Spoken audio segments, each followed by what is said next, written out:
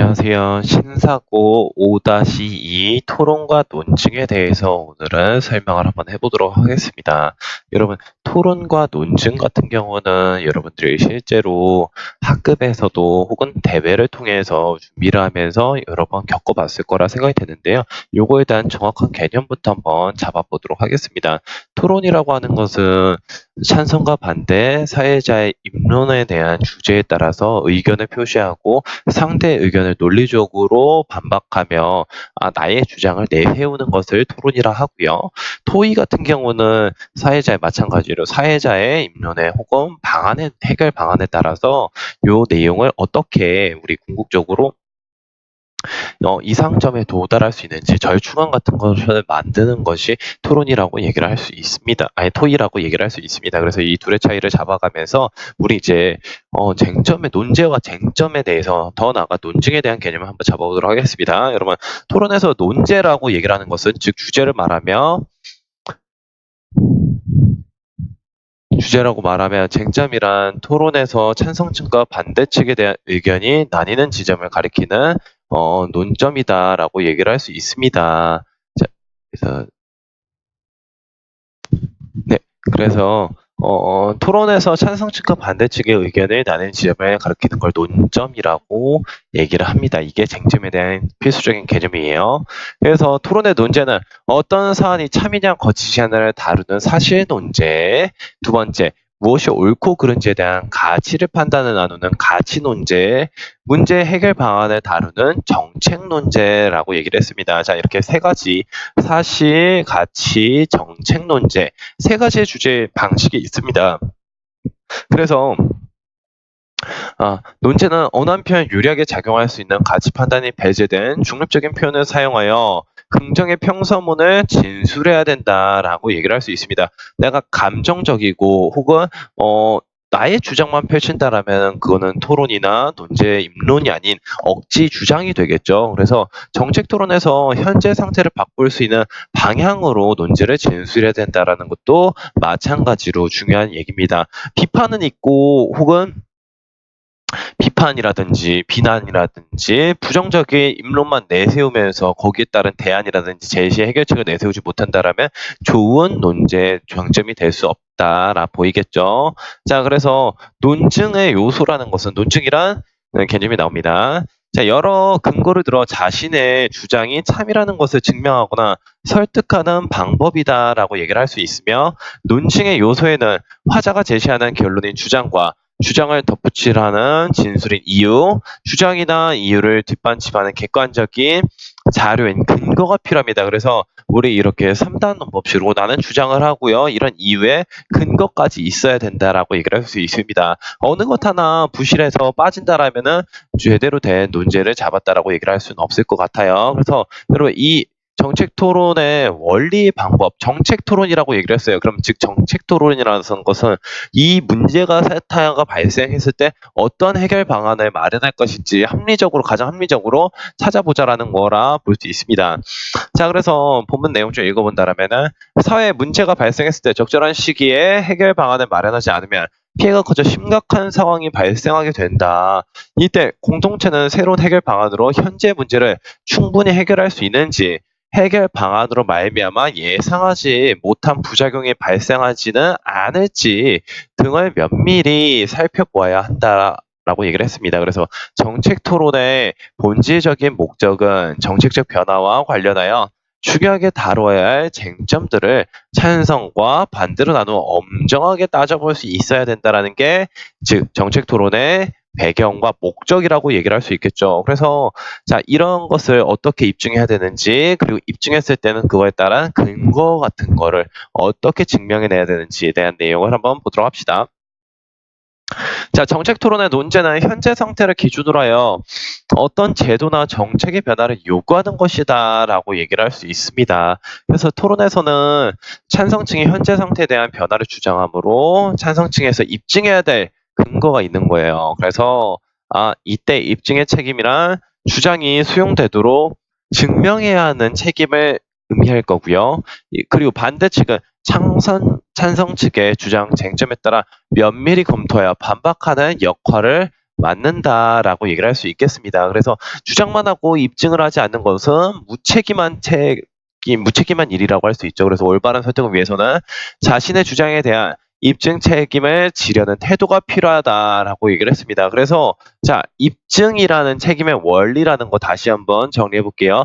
주장이 수용되도록 증명해야 되는 책임이며 현재 상태에 대한 변화를 주장하는 찬성 쪽, 즉 어떤 사태를 내가 이렇게 바꿔야 되겠다, 변화를 요구하는 것이다, 거기에 찬성한다라고 하면 대안까지 내세워야 된다라는 거겠죠. 자, 그래서 쟁점별 논증 구성 방법에 대해서 얘기를 한다라면은 효과적으로 토론하기 위해서는 논제에 따라 쟁점을 분석하여 논증해야 한다. 입증 책임이 있는 찬성 측이 첫 번째 입론에서 제도나 정책의 변화를 주장하며 논제와 관련하여 반드시 짚어야 될 쟁점들이 있는데 이를 뭐라 그러냐? 필수 쟁점이라고 얘기를 하는 거예요. 그래서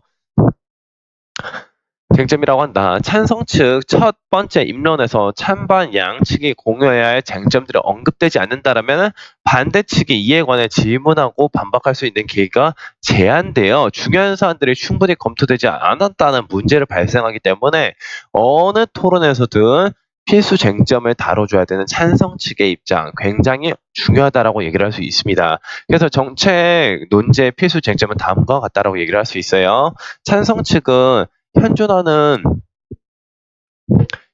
문제가 심각하므로 찬성 측에서 제시한 방안으로 해결할 것을 주장을 해야 됩니다. 그래서 자, 우리가 이러이러한 것을 내세웠으니 너희가 뭐 해라? 따라와라. 이걸 설득해야 되는 게 찬성 측입니다. 그리고 반대 측은 현재 문제가 심각하지 않으며 찬성 측이 제시한 해결 방안으로는 문제를 해결할 수 없음을 주장한다라고 얘기를 하는 게 적절합니다. 그래서 뭐 하는 거예요? 상대 의견 가지고는 너무 한계가 뚜렷하게 보인다라고 얘기를 하는 것이라 얘기를 할 수 있습니다. 그래서 이와 더불어 해결 방안의 이익과 비용을 논의하게 된다라고 얘기했어요. 그래서 즉 문제, 해결 방안, 이익 비용 이런 식으로 쟁점이 논증이 구성이 된다라고 얘기를 할 수 있겠네요. 그럼 이걸 다시 한번 표로 그래프로 한번 정리해 보도록 하겠습니다. 자, 찬성 측에서 먼저 이 문제에 대해서 중대한 피해가 심각하다. 그래서 문제는 지속되며 시급하게 조치를 해야 된다라고 필요성을 느꼈고 이거에 대해 이 해결 방안을 통해서 내가 문제가 해결된다. 해결 방안이 실행이 가능하다라고 얘기를 하면서 비용보다 뭔가 변화를 추구하고자 했을 때 투자 비용보다 뭐가 돌아오는 실질적인 이익이 더 크다라고 얘기를 하면서 설득을 해야 될 것이며 반대 측에서는 문제가 중대하지 않으며 피해가 심각하지 않다 또는 문제가 자연스럽게 해결되면 시급하게 이렇게 조치할 필요는 없을 것이다 라고 얘기를 하며 해결 방안으로는 문제가 해결됐다는 보장이 확실하지 않다 또는 해결 방안은 실행이 가능하지 않다라는 식으로 상대 측의 주장을 반박을 해야 되겠죠. 그래서 궁극적으로는 이익과 비용을 따져봤을 때 효과음이 이익보다 비용이 더 큰다. 즉 배보다 배꼽이 더 크면서 이거는 원론적으로 좋은 해결 방안이 될 수 없다라는 식으로 반박을 해줘야 된다라고 얘기를 했습니다. 그래서 설득력 있는 논증 구성이라고 얘기를 하는 것은 합리적인 설득을 위해서는 논증이 매우 중요하므로 좋은 논증을 구성하는 것이 토론의 핵심이다라고 얘기했어요.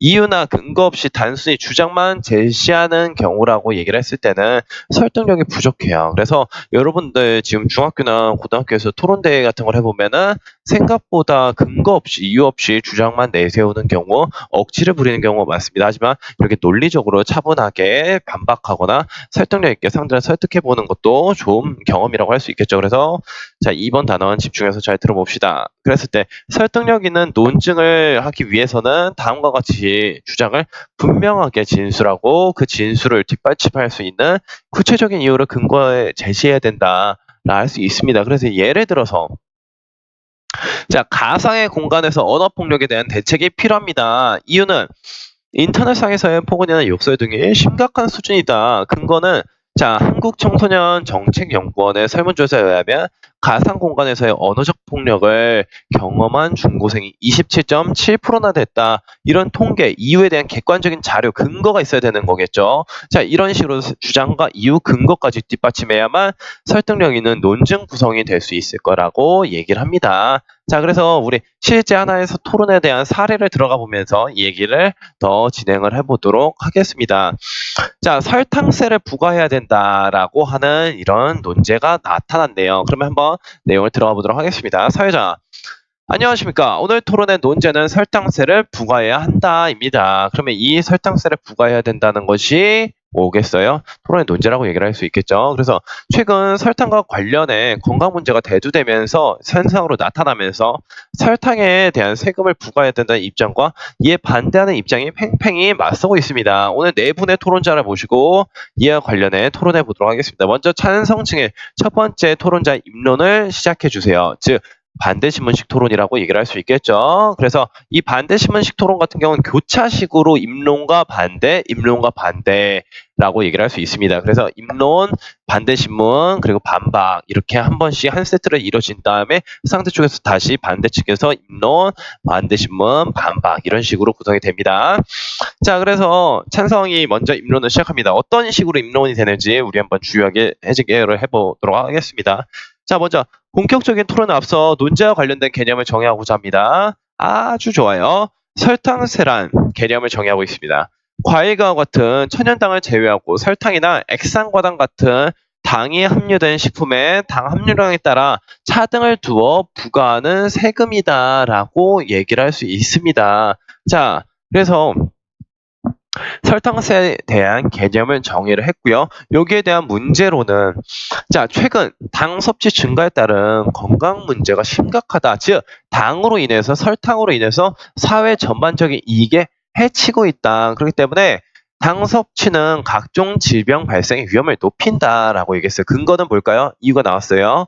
근거는 식품의약품안전처의 식약처죠. 자, 식약처에 따르면 가공식품으로부터 1일 권장 열량의 10% 이상의 당류를 섭취하는 사람이 그렇지 않은 사람보다 비만 발생 위험은 39%, 고혈압 발생 위험은 66%. 엄마 겁나 높네요. 그래서 또한 과도한 당 섭취로 인해 뭐가 자연스럽게 비용이 발생하겠죠. 어떤 비용? 의료 비용이겠죠. 그래서 의료비 부담이 증가하고 있다라는 게 문제의 심각성이라고 얘기를 할 수 있습니다. 그래서 국민건강보험공단의 연구에 따르면 지난 8년간 비만 관련 사회적 비용이 2.2배 증가했습니다. 또한 고혈압, 당뇨 등 만성질환 진료비는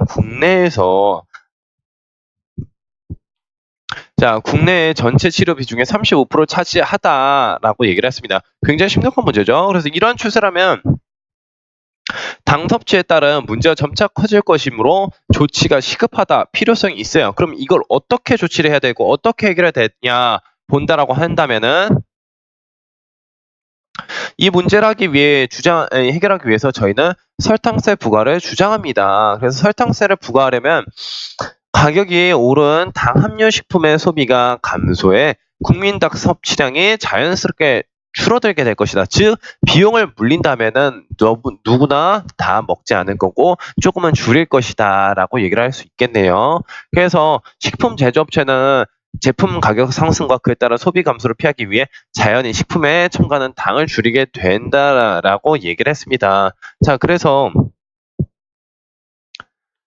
설탕세는 현재 제품마다 표시하고 있는 당 함유량에 따라 그램의 기준을 정하여 부과하면 되므로 과세 기준의 마련이 편하다. 법제화만 된다면 즉시 시행이 가능하다. 왜?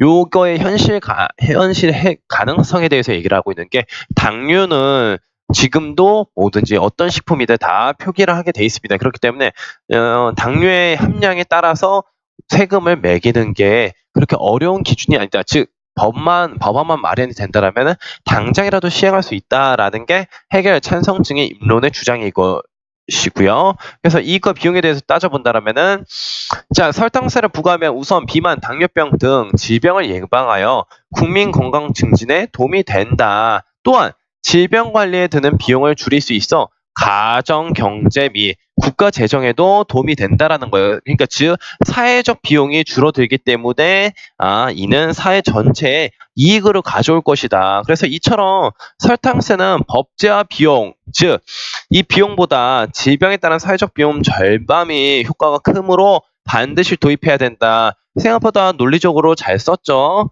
자, 그래서 두 번째, 이거에 대해서 한번 반대신문, 즉 반대 측에서 들었을 때 이거 너무 억측인데? 너무 과장된 것 아닌가? 혹은 근거가 부족하다. 논리적으로 이런 허점을 찾아서 문제를 지적하는 게 핵심 포인트가 되겠죠. 자, 그래서 반대 측에서 이제 공격을 합니다. 설탕세를 부과하면 자연스럽게 당 섭취량이 감소한다고 하셨는데 직접적인 인과관계를 입증할 수 있겠습니까? 라고 얘기했을 때 없죠. 자, 그래서 이제부터 다시 얘기를 합니다. 세계보건기구 WHO에서 보고서에 따르면 당이 포함된 음료 20%의 설탕세를 부과하면 이에 비례하는 소비 감소 효과가 있다고 합니다. 저가 수입 식품이나 인공감미료 등의 고가 가당 식품 대체할 가능성이 높은데 오히려 교육이나 홍보가 바람직하지 않을까요? 라고 합니다. 즉 설탕에만 물리면은 인공감미료나 다시다나 아니면은 MSG 같은 경우 또는 화학 첨가물 같은 경우에 대해서 어떤 식으로 대처를 할 것이냐라고 얘기를 했고 오히려 반대측에 생각했을 때 이보다는 차라리 교육을 통해서 설탕 섭취량을 줄이는 게 더 효과적일 것이다 라고 얘기를 했더니 찬성층이 깽깽합니다. 어떻게요? 교육이나 홍보 정책의 성공 사례는 확인하지 못했습니다. 그랬더니 즉 자기네가 더 낫다라고 얘기를 하지만 이제 반대측에서 아닌데요, 이런 거 있는데요 라고 주장하게 되면은 이런 식으로 되겠죠. 자, 그래서 반대측에서도 다시 입론을 하게 됩니다. 어떤 식으로 입론하게 되는지 한번 가보도록 하겠습니다. 자, 반대측에서는 설탕 부과의 핵심 논리나 비만이나 당뇨병 같은 질병을 예방하고 국민 건강을 증진한다는 것인데요. 당 섭취는 질병 발생의 가장 큰 원인이라고 보기는 어렵다. 즉 전제부터가 너희는 틀려먹었다라고 얘기를 하고 있습니다. 이를 어떤 식으로 보는지 가보도록 하겠습니다. 자, 비만의 주요 원인은 고지방, 정제된 탄수화물, 운동 부족, 불규칙한 식사, 보건복지부도 국민 공통 식생활 지침을 통해 아침밥을 꼭 먹자, 과식을 피하고 활동량을 늘리자 등을 권고하고 있습니다. 즉, 또한 당뇨병은 많은 당을 섭취하여서 발생하는 것이 아니다. 왜냐하면 당뇨병은 탄수화물의 대사를 조절하는 인슐린 부족으로 생기는 병이기 때문에 설탕 많이 먹는다고 해서 콜라 많이 먹는다고 해서 이빨 안 썼고요. 물론 이빨 어느 정도 썼겠죠. 당뇨병 안 걸린다라는 거예요, 어머님들. 자, 그래서 반대쪽의 핵심적인 근거 문제인식은 이거라는 거죠. 당 섭취가 국민 건강을 심각하게 위협한다라고 볼 수는 없다라는 겁니다. 그리고 정부에서 아무것도 안 하고 있는 게 아니다. 식약처에서는 학교 내 탄수화물 판매 제한하고 있고 식품의 당류 표시 강화했는데 이러한 정책상의 권고가 얼마나 효과적인지는 미국 사례를 통해 알 수 있다. 사례를 제시하고 있습니다. 정확한 팩트를 제시해 준다라는 거죠. 자, 그래서 미국에서는 어린이 대상 자판기 열량 모두 당 영양 성분에 따라 진열된 칸에 색을 구분해 음료를 배치했는데 당 함유량이 가장 많은 빨간 칸의 음료 매출이 6개월 만에 62%에서 44.3%로 감소. 즉 당 섭취 문제는 단순 권고만으로도 자연스럽게 해결할 것이다 라고 얘기를 하고 있습니다. 사람들이 그걸 인지를 하지 못해서 그런 것이지 인지만 한다라면은 금세 줄어들 수 있다 라고 얘기를 하면서 찬성 측에서 설탕세를 부과하면 당 섭취량이 줄어 국민 건강에 도움이 된다고 하셨는데 그러나 이는 찬성 측의 논리에 따르면은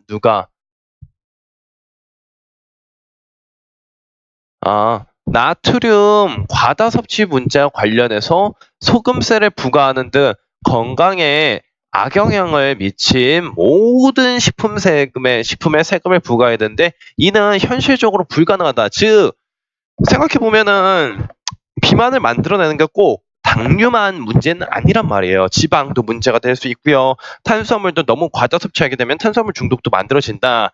그러니 너희가 이 당류를 가지고 전체를 싸잡아서 얘기를 하는 것은 어폐가 있다라고 얘기를 하면서 또 일상적으로 먹는 음식에 세금 부과하는 것에 대한 사회적 거부감도 매우 높다라고 얘기를 할 수 있습니다. 자, 그래서 일상적으로 먹는 음식에 세금을 부과하는 것에 대한 사회적 거부감도 매우 높다. 왜? 여러분 생각해 보세요. 콜라 하나 먹는데 세금을 물론 지금 부가세라는 걸 내고 있지만 거기다 설탕세라는 거 해 보세요. 그러면 우리 그거에 대한 거부 반응이 너무나 심할 것이죠. 그렇기 때문에 설탕세 부과는 외국의 저렴한 식당, 가당식품을 구입하거나 인공감미료 등 건강에 좋지 않은 식품을 섭취하는 부작용을 낳을 수도 있으며 식품업체가 가격을 인상하면서 소비자의 경제적 부담만 늘어나게 된다. 이는 결론이죠. 설탕의 부과는 필요하지 불필요하다라고 얘기를 할 수 있겠습니다. 그래서 자, 토론에 대해서 이제 반대 신문이 있겠습니다. 복지부의 공무원 식생활 지침에 당 섭취에 대한 내용도 있지 않나요? 라고 얘기를 합니다. 그래서 당에 대한 내용도 있다. 그러면은 반대쪽에서 어떤 식으로 근거를 제시할 것이냐? 덜 짜게, 덜 달게, 덜 기름지게 먹자. 단 음료 대신 물을 충분히 마시자라는 항목도 있습니다. 다만 건강을 해야 하는 주요 원인이 설탕이 아니라는 것을 말하고 싶었던 거죠. 또 굳이 당만이 건강을 해롭게 하는 것도 아니라는 것을 얘기할 것이라 보여집니다. 자, 그렇기 때문에 찬성 측에서 다시 한번 반박을 합니다. 간식, 탄산음료 등의 섭취를 줄이고자 하는 식습관 개선 권고는 오래전부터 해왔지만 큰 효과 없었음을 지시. 설탕세를 부과하는 것은 국민 건강 지지에 더 효과적인 방안이 아닐까요? 자, 미국의 사례만 보더라도 단순 권고만으로 효과가 있습니다. 무조건 세금으로 규제하는 것은 섣부른 판단이다라고 얘기를 했으니 지금 어떻게 서로 한 번씩 주고받았죠. 이제는 반대 이와 혹은 반대 2와 찬성 2가 이제 또다시 얘기를 할 겁니다. 자, 찬성 2가 다시 한번 입론합니다. 설탕세는 부과해야 된다라고 얘기를 했어요. 일단 어떤 식으로 얘기를 하냐? 비만 관련해서 국민 건강 문제가 심각하기 때문이다. 보건복지부의 건강실태 조사 결과에 의하면 우리나라 평균 비만율은 2008년 21.6%에서 2014년 25.3%로 약 연간 0.6%씩 상승했습니다. 또한 경제협력기구 OECD에 따르면 우리나라 5세에서 17세 과체중 비율이 남자는 26.4, 여자는 14.1로 남자의 경우 경제협력개발기구 회원국 평균이 24.3보다 높았다라고 얘기를 합니다. 이는 6세에서 11세 46.6%, 12에서 18세 44%가 가공식품으로부터 당류를 권고 기준 이상으로 섭취했고 국민 영양 조사 결과 무관하지 않다라는 거. 그렇기 때문에 뭐 해야 된다? 당류가 국민 건강에 미치는 영향이 꽤나 비중이 차지하는 게 크다라는 걸 강조해서 설탕세를 부과해야 된다는 얘기를 들 수 있겠죠. 그래서 반대 측에서는 서민들의 경제적 부담이 들지 않겠냐 우려하셨지만 설탕세로 당 함유가 식품 가격이 오르면 이런 식품에 대한 소비가 줄게 되므로 자연스럽게 우려하신 결과는 없을 것이다. 즉 건강 문제가 날로 심각해지는 현상에서 문제 해결을 개인의 자유에 맡기고 단순히 권고로만 하는 것은 국가가 역할을 제대로 못하는 것이라 할 수 있다라고 보여집니다. 그렇기 때문에 설탕세를 뭐 해야 된다? 꼭 부과해야 된다라고 얘기를 하고 있습니다. 자, 그래서 사회자가 다시 한번 반대 토론자의 반대 신문이 있겠습니다라고 있겠어요. 그러면 찬성 위의 입론에 대해서 이제 뭐 해야 되냐? 반론을 해야 되겠죠. 자, 반대 1은 비만율이 높다 하셨는데 비만의 원인이 설탕뿐입니까? 아까도 지금 반대 측에서 기조를 잡은 게 이거죠. 설탕뿐만 아니라 다른 것까지 우리의 건강을 해친다. 너희가 주장하는 건 설탕 쪽에 너무 과도하게 몰려있는 것이 아니겠는가? 라고 얘기를 하고 있습니다. 그래서 반대 1이 이제 얘기를 합니다. 찬성 2가 이렇게 얘기합니다. 자, 설탕뿐이라고 할 수는 없지만 비만은 당 섭취와 밀접한 관련이 있습니다. 라고 얘기를 하며 반대 1은 다시 반박합니다. 비만의 원인이 설탕이 아니라는 것을 인정하셨습니다. 비만은 나트륨 섭취와도 관련이 있습니다. 라고 얘기를 하면서 우리 국민의 일일 나트륨 섭취량은 세계보건기구 WHO의 일일 권장량의 2배가 넘는데 이런 나트륨 관해서는 아무 말씀 없이고 설탕세만 주장하는 이유는 무엇이냐? 라고 하면은 설탕세에 대해서 얘기하고자 했으니까 나트륨 얘기 안 한 거죠. 그러니 어떻게 설탕세에 대해서 제대로 찔렀구나. 그래서 설탕세는 특히 비만, 소화비만 해결책으로 언급되며 미국, 멕시코 등 전 세계적으로 도입되었거나 도입이 논의되고 있는 해결 방안이라기 때문에 우리가 이렇게 공격을 한 것이다. 이렇게 반론하는 거에 새끼야. 이런 얘기를 할 수 있겠죠. 그래서 자, 마지막이에요. 여러분, 반대신문식 토론은 각각의 토론자들이 입론을 한 번씩 하고 반박하고 끝납니다. 그러면 즉 반대 2의 입론이 있으면 이제 뭐 할 수 있다? 끝난다. 내기입니다. 자, 반대 측의 두 번째 토론자 입론이 있겠습니다. 한번 들어봅시다. 반대 2는 다른 나라보다 비만율이 높지 않은 우리나라에서 설탕세를 부과하는 것은 바람직하지 않다. 즉 우리 정부에서도 국민의 비만 문제가 심각하지 않고 식음료 원가 상승에 대한 서민 부담이 있으므로 설탕세 도입 시기 상조라고 얘기를 하고 있어요. 그래서 이런 상황에 따른 설탕세 부과하는 것은 서민 경제를 압박하는 행위이며 설탕세를 부과하면 실제로는 당 함유 제품을 만드는 기업이 세금 부담을 소비자에게 전가할 가능성이 크다. 즉 세금이 올라간 만큼 그만큼 소비자 가격을 올려서 기업은 손해를 안 보고 누구만? 우리 국민들 실제 소비자만 손해를 볼 수 있게 만들어버릴 수도 있다는 얘기 정도 되겠죠. 그래서 또한 덴마크에서 고열량 식품에 세금을 부과했는데 오히려 국민들이 이런 식품을 인근 국가에서 구매하여 자국의 식품 산업이 위축되고 고용이 감소하는 결과로 이루어졌다. 아주 부적절한 사례를 혹은 이에 대한 부정적인 사례를 구체적으로 근거를 들었습니다. 아니 그러면은 어차피 우리 지구촌 사회인데 우리나라 식품 자유도가 너무 높아요. 그럼 외국에서 직구하면 되지 않겠냐? 이런 얘기 정도 되겠죠. 자, 그래서 이처럼 악순환 가능성이 있으므로 설탕세 부과는 옳지 않다라고 얘기를 했습니다. 이에 대한 찬성자가 어떻게 반박하는지 한번 가봅시다. 자, 기업이 국민에게 세금을 떠넘긴다고 하셨는데 주관적인 판단이 아닌가요? 어떤 근거로 말씀하시는 거죠? 했을 때 선생님 생각에서는 우리나라 기업에 과연 정말 세금을 부과할까요? 양아치 기업들 너무 많아요. 그랬을 때 당연히 우리한테 그 세금에 따른 비용을 떠넘기겠죠. 반대 이에서는 기업에서는 세금에 따른 손해를 부담하지 않으려 합니다. 그래서 가격을 인상하거나 제품의 용량을 줄여 설탕세 부담을 소비자에게 돌린다는 말입니다. 라고 얘기를 했습니다. 즉 가격 인상을 하거나 제품의 용량을 줄여 설탕세. 우리 땡기업, 땡기업. 여러 가지 기억이 나요. 자, 설탕세를 도입에 따른 해당 제품에 따른 가격 인상 기피하면 함량을 줄이게 됩니다. 그러면 설탕세의 실효성이 있는 거 아닙니까? 라고 할 수 있는데 그럴 수 있지만 모든 음식에서 무조건 당 함량을 낮추는 것은 불가능하므로 가격 상승은 필연적인 것이라고도 볼 수 있다라는 얘기 정도 되겠죠. 지금까지 서로에 대해서 심론이 있었어요. 신문이. 그러면 이제부터 반박을 해봅시다. 자,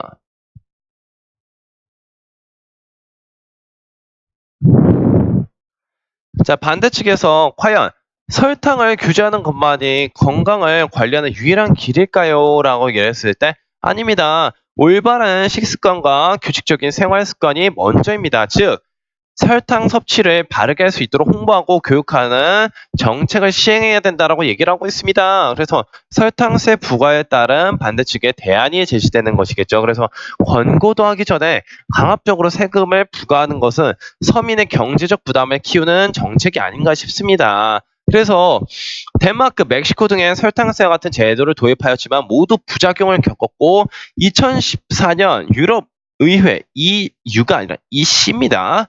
이시 보고서에 따르면 설탕세 부과가 결과적으로 더 해로운 성분 소비 증가할 수 있다고 지적하였으며 이에 따른 부작용이 큰 설탕세 부과는 불필요하다라고 얘기를 했습니다. 여기에 따라서 찬성 측이 다시 한번 반박을 하는 거겠죠.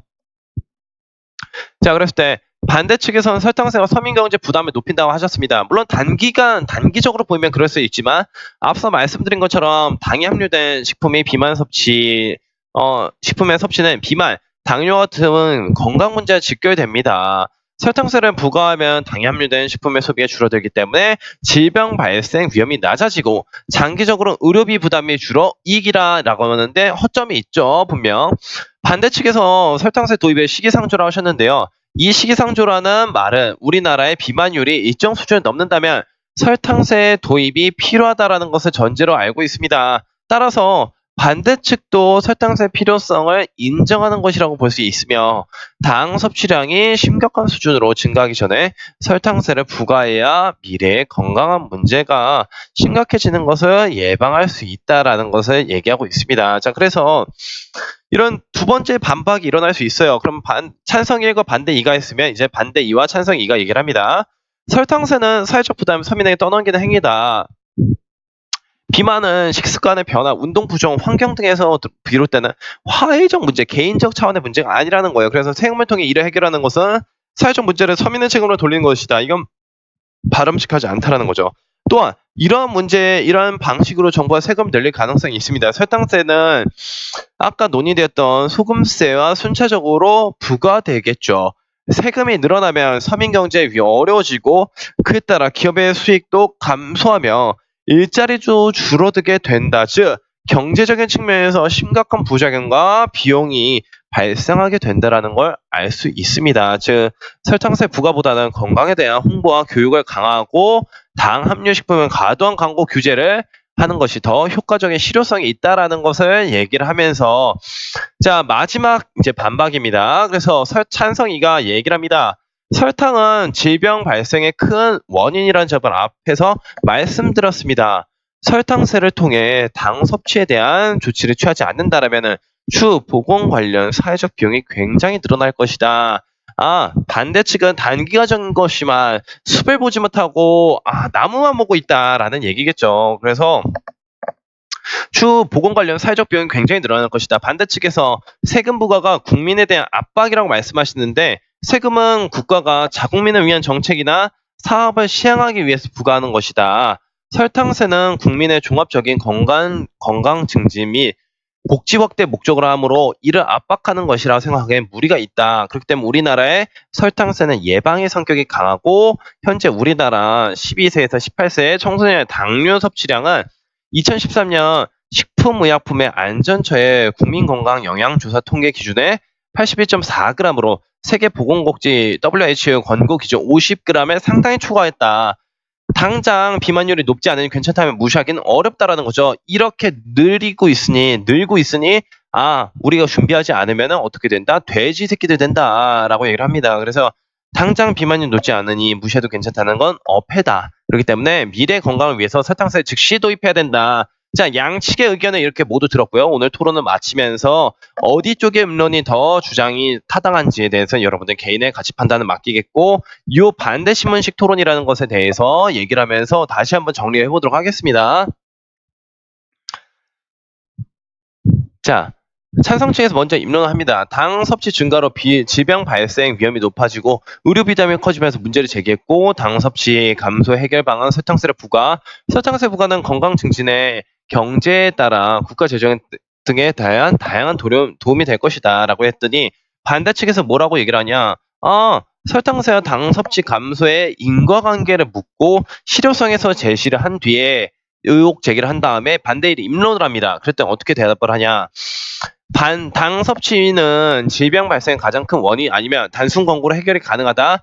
설탕세 부과는 실행 가능하지 않다. 설탕세 부과로 인해 외국의 가당식품의 구입, 건강에 좋지 않은 음식 섭취, 소비자의 경제적 부담이 증가하는 등 부작용 섭취가 있었다라는 거예요. 그래서 자 찬성 측에서는 반대 신문을 하게 됩니다. 어떤 식으로 하게 되냐?